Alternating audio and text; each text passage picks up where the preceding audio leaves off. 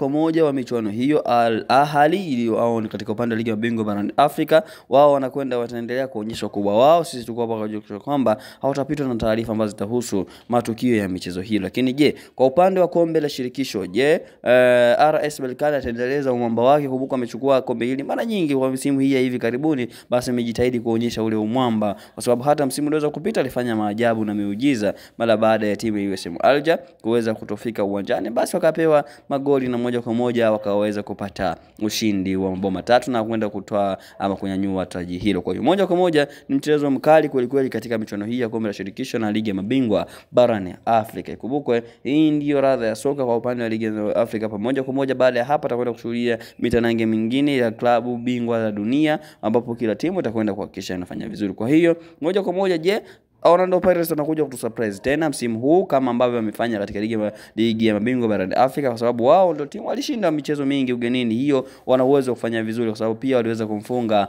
Al Ahly, walimfunga ugenini, wakamfunga MC Alger, pia waliweza kumfunga ugenini. Lakini kwa upande wa Mamelodi Sundowns, je, watakwenda kushinda ugenini kwa mara nyingine? Tuweze kuona. Lakini kumbuka mchezo wa mwisho wao waliendosha Esperance de Tunis, kwa sababu mchezo huo ulimalizika nyumbani ya Mamelodi Sundowns ilishinda 1-0, lakini baadaye alipokwenda kule nchini Tunisia, basi wakaenda kulazimisha sare ya bila kufungana. Kwa hiyo lolote linaweza kutokea, tuweze kusema mchezo huo umemalizika. Kwa upande wa Stellenbosch kutoka Afrika ya Kusini, naye pia mchezo wa mwisho kumbukwe hivyo mambo yalikuwa tofauti kidogo, sababu nyumbani alilazimisha sare ya bila kufungana, lakini alipokwenda ugenini akapata bao moja ambao likamfanya aweze kupita direct. Kwa hiyo sasa, je, kwa hivi sasa anarudi akiwa nyumbani, mambo yatakuwa vipi? Tuendelea kushuhudia katika mitanange hiyo. Lakini pia kwa Orlando Pirates, kama nilivyokupa habari zake, na Pyramids naye pia ni wa moto kweli akiwa nyumbani. Kumbuka alimpiga FAR Rabat mabao 4-0. Kwa hiyo hapa tunakwenda kushuhudia michezo mikali kwa RS Berkane, mbabe wa michuano hii. Yeye ameshindilia vipigo vizito tu 5-4 na mambo mengine. Kwa sisi tuko hapa kwa ajili ya kuhakikisha kwamba utapitwa